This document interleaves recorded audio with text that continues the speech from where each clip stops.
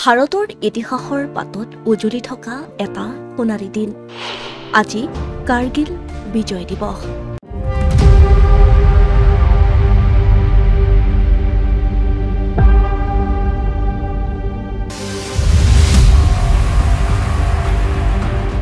কাৰ্গিল বিজয় দিৱস পালন কৰা হৈছে ৰাজ্যজুৰি।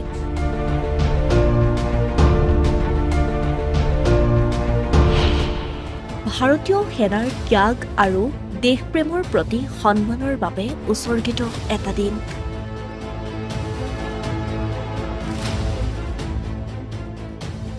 শনিবাৰে সমগ্ৰ দেশে উদযাপন কৰিছে কাৰ্গিল বিজয় দিৱস।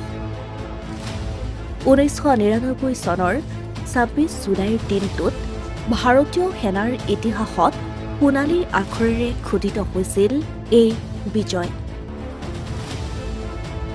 1999 চনৰ জুন মাহত কাৰ্গিলত পাকিস্তান সেনাৰ সৈতে ভাৰতীয় সেনাৰ তুমুল সংঘৰ্ষ হৈছিল আৰু ইয়াৰ পাছতেই একে বৰ্ষতেই 26 জুলাইত ভাৰতীয় সেনাই পাকিস্তানী সেনাক পৰাভূত কৰি পাকিস্তান সীমান্তত উৰুৱাইছিল বিজয় ধ্বজা।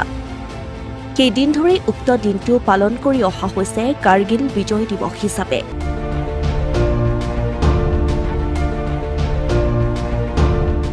গোলা বাৰুদ মিছাইলৰ শব্দই উত্তপ্ত কৰি তুলিছিল সমগ্ৰ পৰিৱেশ, য'ত 527 গৰাকী সেনাই দেশৰ বাবে প্ৰাণ আহুতি দিছিল।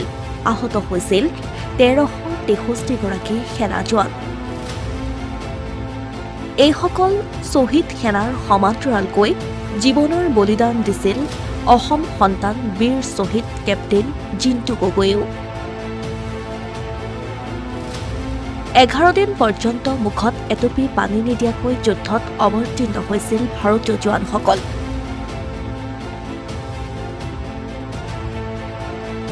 তীব্ৰ খাদ্য সংকটত পৰা সৈনিকসকলৰ মাজৰেই 7জন সৈনিকে মাত্ৰ এটা ৰঙালাও খাই কটাব লগা হৈছিল 4টাকৈ দিন। কাৰ্গিলত শ্বহীদ হোৱা আৰু কাৰ্গিল যুদ্ধত আহত হোৱা নায়কসকলৰ সন্মানাৰ্থে পালন কৰা এই কাৰ্গিল দিৱসত প্ৰতি বছৰে শ্বহীদসকলৰ লগতে আহত সেনা জোৱানসকলৰ বলিদানকো স্মৰণ কৰা হয়। উল্লেখ্য যে এই যুদ্ধ জম্মু কাশ্মীৰৰ কাৰ্গিল জিলাত 1999 চনৰ মে' মাহৰ পৰা জুলাই মাহলৈ চলিছিল।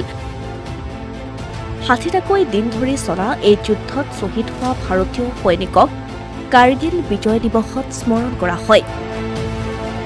উল্লেখ্য যে আজিৰ দিনটোত প্ৰধানমন্ত্ৰী নৰেন্দ্ৰ মোদী, প্ৰতিৰক্ষা মন্ত্ৰী ৰাজনাথ সিঙকে ধৰি সকলোৱে শ্ৰদ্ধাঞ্জলি জ্ঞাপন কৰে কাৰ্গিল যুদ্ধত আত্মবলিদান দিয়া ভাৰতীয় সেনাসকলক। Asomiya Pratidin digital desk.